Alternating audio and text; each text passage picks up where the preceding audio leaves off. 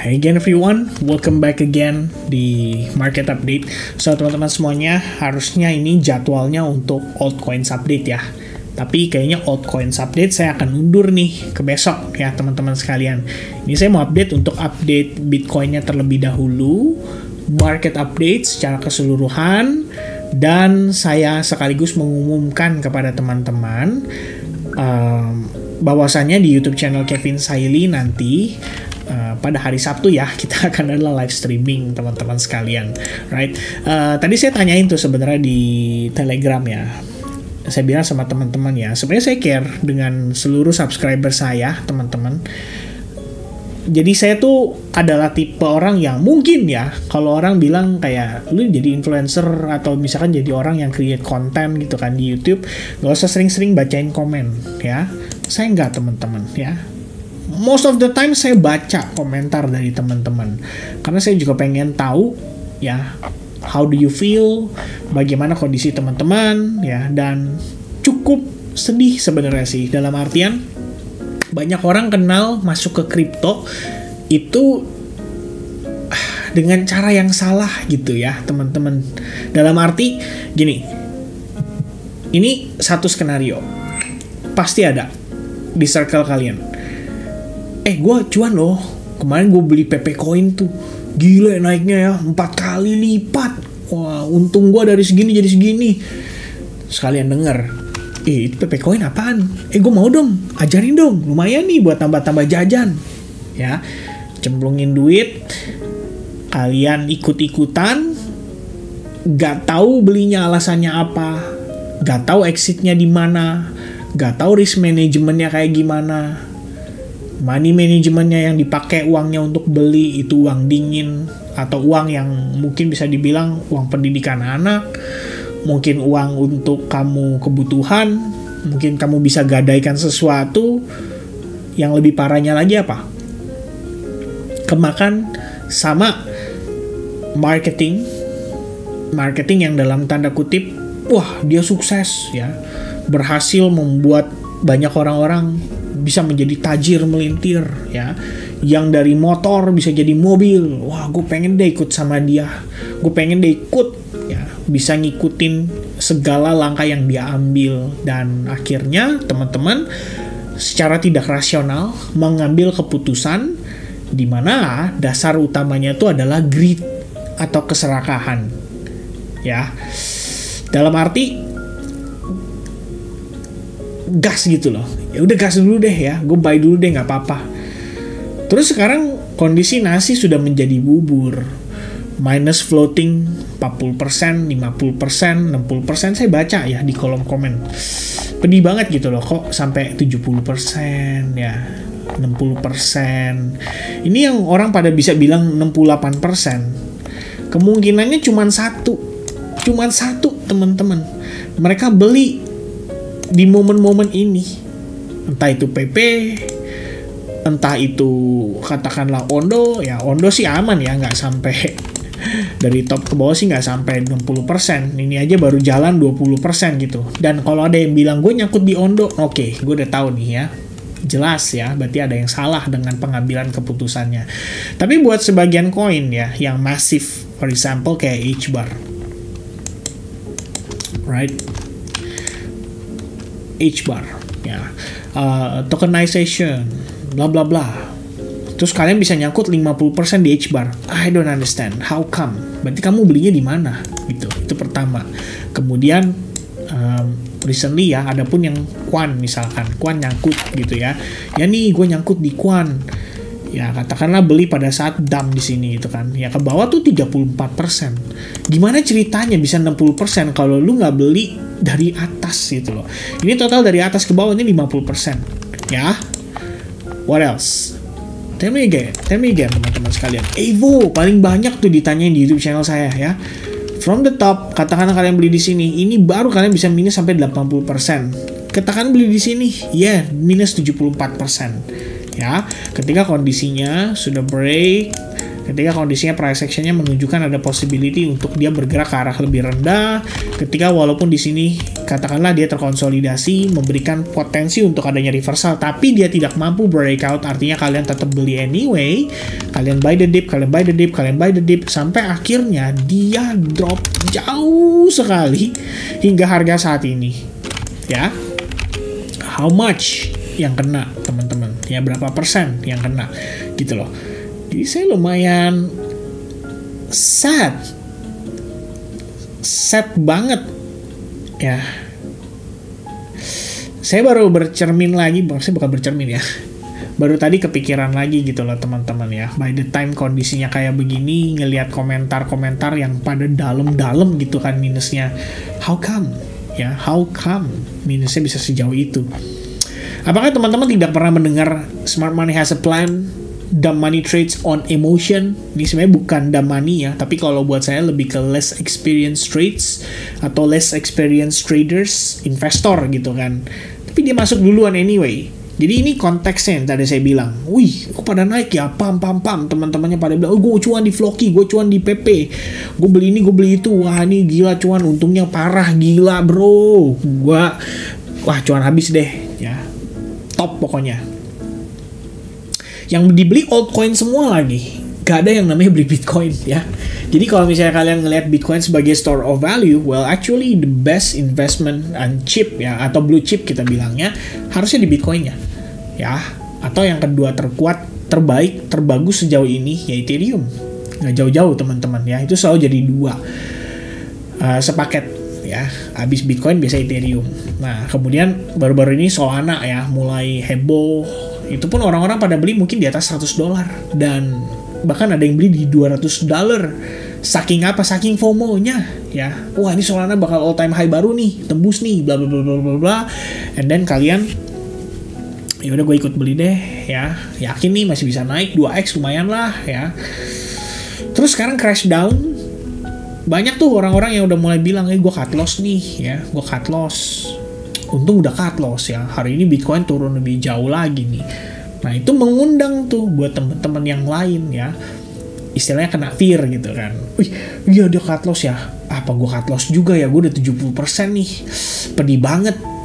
Padahal gue cut loss aja. Tunggu nanti ada potensi naik baru gue beli lagi. Emangnya tahu teman-teman sekalian ya.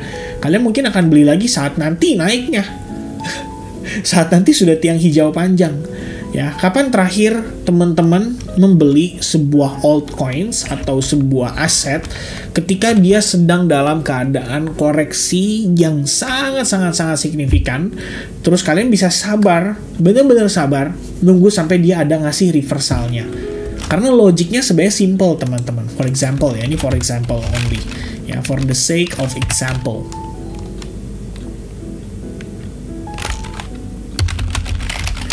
Saya pakai yang paling kontroversial ya teman-teman sekalian, Manta, right, the one yang cukup kontroversial ya di Indonesia teman-teman sekalian.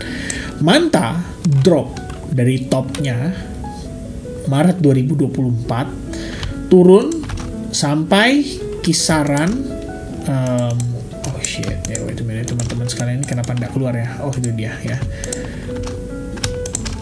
Ini dia ya. Awal mula dia drop itu sampai sekitar $1,5 teman-teman sekalian ya. Ini kalau kita ngeliat dari atas posisinya itu lebih kurang mungkin makan waktu 35 hari atau setara dengan 6-7 minggu mengalami drop cukup signifikan. Apa yang membuat teman-teman berpikir dalam waktu yang relatif singkat Manta akan reversal gitu loh. Setelah tren 6-7 minggu itu kan. Kemudian kita start, oke nih, lihat nih, ada potensi. Ya, dia bisa reversal, forming bullish engulfing. Tapi masalahnya SNR-nya aja nggak bisa diambil, teman-teman. Kita bisa lihat di sini. Manta tuh punya support resistance ya. Memang baru indikasi awal potensi terjadi reversal, tapi Manta belum valid breakout dari trend lainnya. Which is if you guys buying, itu buying technically karena FOMO ya. Manta kena rejection, support resistance-nya, trend line, breakdown lagi, turun lebih masif, dan hari ini Manta duduk di $0,93. Bahkan tadi sempat lebih rendah sampai $0,903 dari harga terendah 24 Juni terakhir, teman-teman sekalian. There's no sign for reversal. There's no reason for buying Manta right now. Ya, I don't see any good reason, teman-teman sekalian. And then suddenly teman-teman berpikir, oke, gue buy the dip deh, atau malah lebih parahnya lagi, teman-teman sekalian, all in. Ya, belum ada sign for reversal terus kalian all in. Nah, itu satu kondisi, teman-teman, sebetulnya. Kenapa price action analysis, technical analysis sometimes bisa nolong seseorang? Karena mereka bisa melihat juga lah, minimal apa sih yang ada potensi reversalnya gitu loh. Before kalian decide, oke, ini kayaknya oke nih untuk gue start buying. Ya, this just for an example, teman-teman sekalian ya. Misalnya contoh lain, Matic Polygon. Ini turun terus, ya. Sama, posisinya turun terus. Dari top ke bawah udah 58% lebih kurangnya, berlangsung selama 112 hari. Selama 112 hari itu, apakah kita melihat ada indikasi reversal? Belum ada. Doji, iya demikian, teman-teman sekalian ya. Tapi ini inside bar, kemudian dia breakdown, dia create inside bar lagi, dia breakdown lagi. Gak ada sign sama sekali kalau dia akan nunjukin berpotensi reversal. Forming some kind of bullish engulfing mungkin. Kemudian di daily perspektifnya dia mulai structure shift, mulai ada reversal gitu kan. Yang kita lihat apa sih, teman-teman? Dia cuma konsolidasi. Katakanlah ini, oh ini kayaknya potensi reversal. Apakah Anda lihat ada breakoutnya? Nggak ada, teman-teman. If you don't see any breakout, dari mana kita tahu itu reversal? Berarti kalaupun kita bilang itu proses akumulasi, akumulasinya failure, gagal untuk perform. Akhirnya Matic breakdown, drop lebih jauh lagi, sampai dengan saat ini masih belum ada tanda-tanda dia reversal. Ya, minimal high point sebelumnya diambil deh, belum ada tuh proses dimana kita melihat dia kayak gini, ini belum ada. Berarti there's no sign for buying right now. Gimana kita buy the dip? Ya kan? Nah, teman-teman sekalian, jadi ini ketika saya katakan orang yang lebih kurang berpengalaman, yang kurang berpengalaman itu langsung nyemplung tanpa pengetahuan yang cukup, tanpa pengetahuan risk management yang cukup, tanpa money management yang benar, tanpa timing yang benar, tanpa pengetahuan tentang cycle sebelumnya, tanpa pengetahuan tentang fundamental kripto itu sendiri, tanpa pengetahuan tentang fundamental daripada Bitcoin, apa itu sebenarnya yang dimaksud dengan store of value, apa itu kenapa, ya pokoknya banyak lah faktor-faktor ya teman-teman sekalian. Ya, dan itu beragam sekali gitu loh. Karena saya tahu background kita, setiap orang tuh beda-beda. Ada yang terlahir ya udah tajir, ada yang terlahir orang tuanya udah bisa ngasih kalian ngerasain naik kendaraan mobil kemana-mana. Ada yang lahir harus ngerasain naik kendaraan umum kemana-mana. Ya, ini beda-beda. Maksud saya di sini poinnya adalah ngomongin dari segi keuangan, ya, dari segi background keuangan. Everybody different. Kemudian selain itu teman-teman, yang gak kalah pentingnya juga nih ya, yang juga berbeda adalah background edukasi. Setiap orang tuh beda-beda ya. Ada yang mungkin pengalamannya lama di financial market, ada yang mungkin pengalamannya ya baru seujung jempol ya, baru mulai nyelupin jempol, jadi dia baru belajar seputar financial market. Tapi kemudian dia langsung nyemplung tanpa pengetahuan yang benar, alhasil stuck, nyangkut lah, kira-kira seperti itu guys. Alright, so di video ini sebenarnya saya pengen kasih sedikit pandangan ya, dan sebenarnya pengen sharing jatuhnya sih. Kalau kalian nonton video ini jatuhnya kayak sharing ya, dengerin saya curhat ya. Curhat, tapi ini sebenarnya lebih ke gimana ya, saya tuh susah ngejelasinnya teman-teman. Ini tuh ada rasa yang kayak menggelitik setiap kali saya ngebayangin ya, like how many people yang saat ini nyangkut gitu loh di market crypto. Kenapa gitu ya teman-teman sekalian ya. Ya gitu deh teman-teman ya. So here's the thing ya teman-teman. Ini apakah kita akan menemukan titik bottom? Apakah kita akan melihat Bitcoin start rebound? So far dari terakhir saya posting ini sekitar jam 4 sore tadi, itu Bitcoin udah sempat turun sampai ke 56.000 lowestnya ya. Kemudian dia start rebound lagi. Per saya bikin video saat ini, Bitcoin itu sitting around 58.300-an. Dia udah mantul atau rebound around 2,5% setara dengan $1.400 per Bitcoin. Nah, yang menarik teman-teman, ini saya juga lumayan lucu ya tadi ngelihatnya. Di walletnya Germany government ya, itu kayaknya ada diambil balik ya Bitcoin yang dikirim. Jadi nggak sepenuhnya mereka bisa jual. Saya nggak tahu kalian bisa lihat atau enggak. Saya coba untuk geser sedikit biar kalian bisa lihat ya. Nah, like this maybe. Yeah, I'm gonna move it like this and this. Yeah. Cukup ya teman-teman ya, segini teman-teman. Kalian bisa lihat di sebelah kanan nih ya. Jadi posisinya Coinbase ya itu dikirim ya kan sama Germany government, dikirim ke Coinbase itu sekitar 400 Bitcoin. Jam berapa tadi? 13 jam yang lalu ya.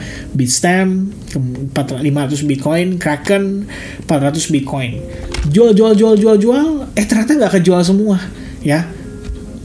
Close order ya, selling ordernya di close karena nggak kejemput, nggak ada liquidity, mungkin turunnya terlalu drastis. Mereka jualnya nggak pakai teknik ya, dalam artian kalau Wales jualan ya harus pelan-pelan dong supaya liquidity-nya diserap gitu kan.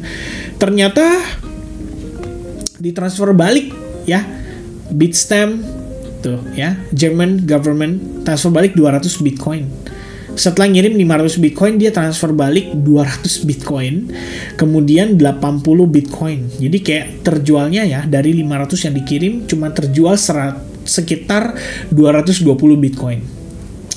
Kraken juga sama nih ya, yang dia kirim ke Kraken itu sekitar 400 Bitcoin, terus dikirim balik 265 Bitcoin. Berarti sekitar 135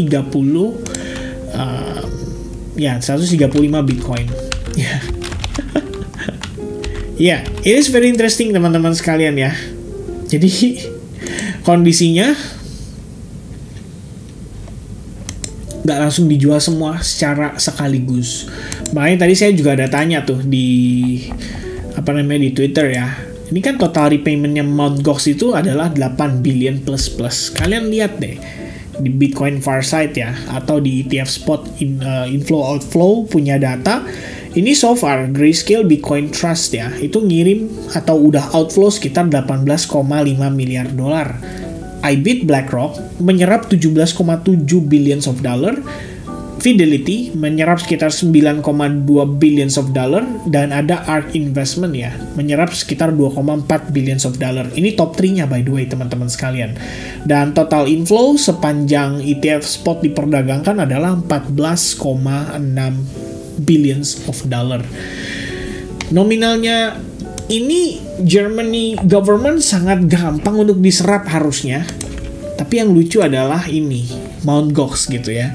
Bagaimana setiap orang saat ini di dunia ya, atau mungkin di Indonesia doang saya nggak tahu, itu mayoritas berpikir begitu Mt. Gox melakukan repayment ke seluruh kliennya, yang walaupun dilakukan secara bertahap, step by step, mereka pikir klien ini akan menerima uang dalam bentuk Bitcoin itu dan langsung dijual di market juga. Padahal nggak kayak gitu ya, belum tentu mereka jual. Katakanlah dari 8,2 billion, let's say worst case scenario yang dijual 80%-nya deh teman-teman. Berarti ya masih ada sisa around mungkin 7 billions of dollar more or less-nya ya. 7 sampai 6, sekian billions of dollar. Itu kalau 80% yang dijual ya. Sisanya masih ada 1, something ya, 1,6 billions of dollar yang mungkin nggak langsung dijual, di keep gitu loh teman-teman sekalian. Dan itu masih bisa diserap dengan pasar sebetulnya. Cuman balik lagi nih ya ke penjelasan saya yang terakhir. Orang-orang tuh nggak sabar gitu loh. Kalau kita ngelihat dari fase cycle sebelumnya, ini tuh nggak jauh beda dengan kondisi Bitcoin yang terjadi tepatnya ya, yang terjadi tepatnya pada Juni 2023. Di sini kalian bisa lihat prosesnya sama persis, berlangsung konsolidasi di range yang cukup lebar, itu sekitar 185 hari sebelum akhirnya dia pumping. Kuncinya adalah di seasonality-nya, yaitu summer holiday ya, summer break. Makanya ada istilah sell in May and go away.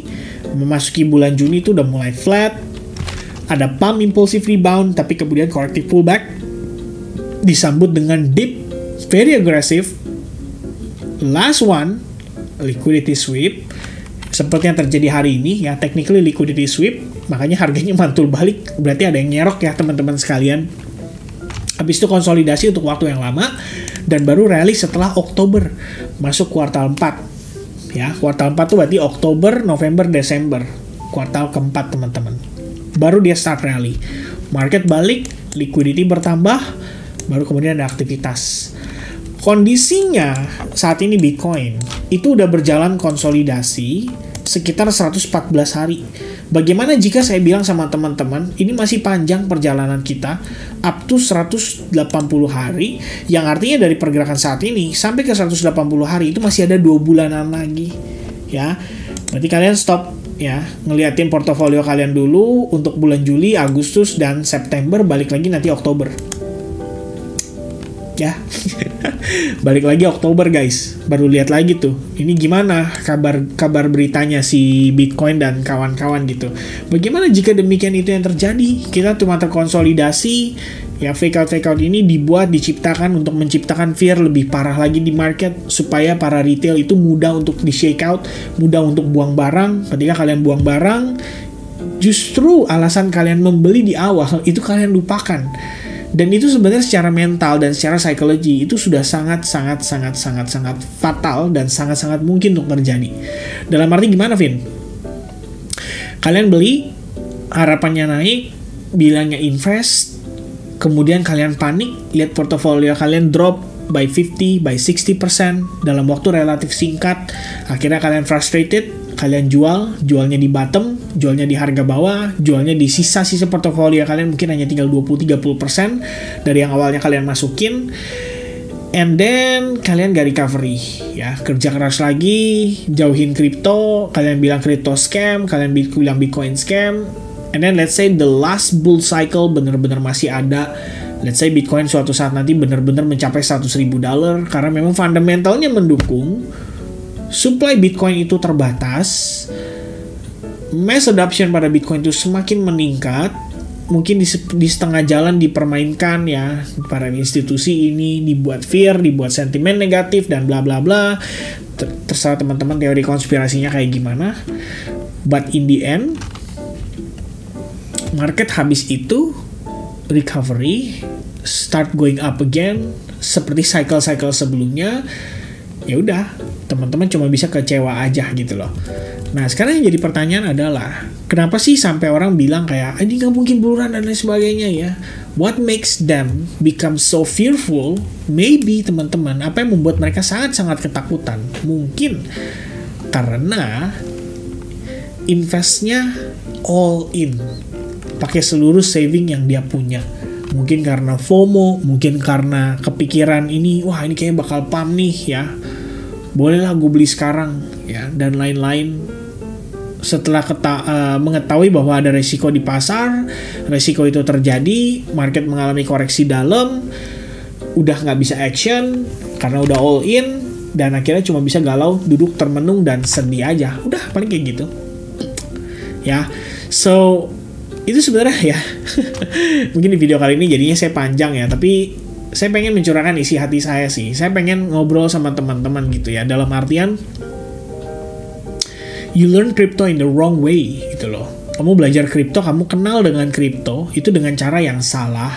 Jadi tanpa pengetahuan yang benar, pada akhirnya kamu memang hanya akan jadi liquidity saja gitu loh ya. So for now ya teman-teman sekalian ya, a bit update for Bitcoin on the daily closure. Kelihatannya kita bakal balik kisaran 58.000. Apakah dia bisa reclaim 60.000? Kayaknya susah teman-teman ya.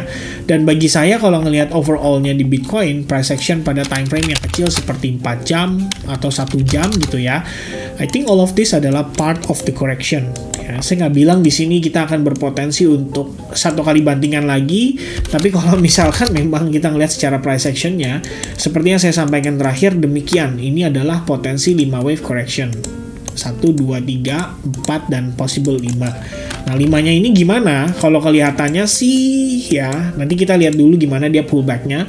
Saya nggak bisa bilang ini kayak ini udah finish ya, wave 5 teman-teman, which is this is the bottom of the downside ya dari pergerakan ini. Karena it all depends ya. Bagaimana Bitcoin bisa reclaim 60.000 itu jadi pertanyaan pertama. Bagaimana Bitcoin reacting dari level 60.000 itu jadi pertanyaan kedua. Kemudian bagaimana Bitcoin naiknya? Apakah dalam fase yang korektif atau dia impulsif? Itu menjadi pertanyaan ketiga yang belum bisa kita jawab saat ini. Karena so far terbentuk sekitar 2 candle time frame 4 jam, which is 8 jam yang lalu.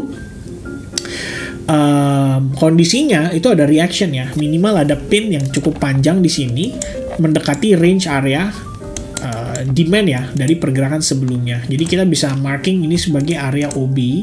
Kenapa di situ di marking sebagai OB Fin?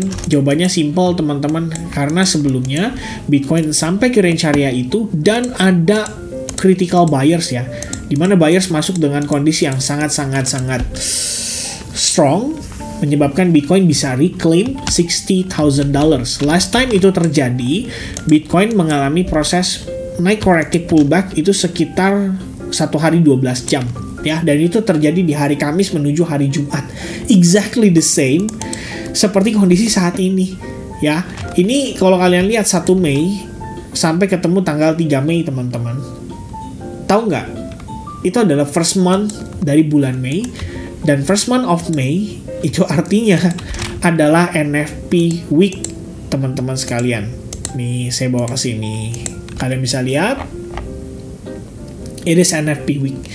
NFP-nya drop dari 315.000 ke 175.000. Minusnya lumayan teman-teman. Kemudian unemployment rate 3,8% naik jadi 3,9%. Langsung jadi trigger market. Kaget teman-teman ya. Alarm saya bunyi ya untuk saya ngecek marketnya.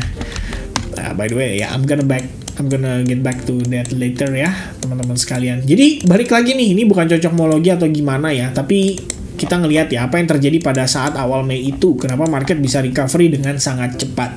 Dan reasonnya adalah karena data. Yang kebetulan hari ini banget, ntar malam teman-teman, NFP akan dirilis juga.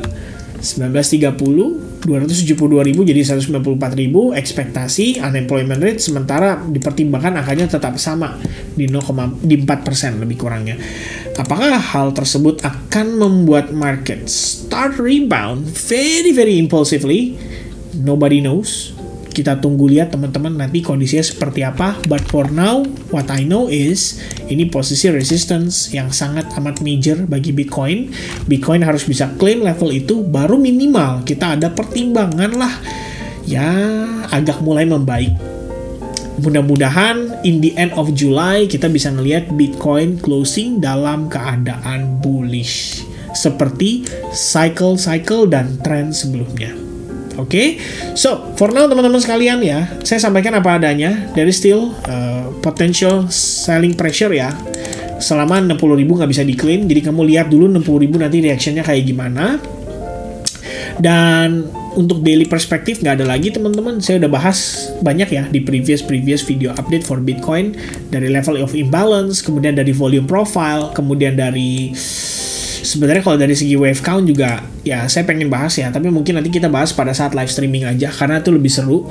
Baru kemudian kita ngomongin soal altcoins yang di request sama teman-teman ya. Probably ini the first comment datang dari Yuda Pratama ya. Besok akan saya buatkan videonya untuk ngebahas seputar Solana.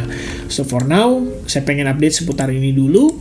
Semoga kiranya informasi dan pembahasan ataupun sharing yang saya bagikan kepada teman-teman bisa jadi sebagai bentuk pembelajaran apapun itu dari segi value, tapi semoga banyaknya lebih ke positif ya arahnya. Oke, God bless to everyone and I'll see you guys again in the altcoins update. Don't forget, mark your calendar, kita ketemu hari Sabtu di live streaming. God bless guys, cheers and happy Friday. Bye bye.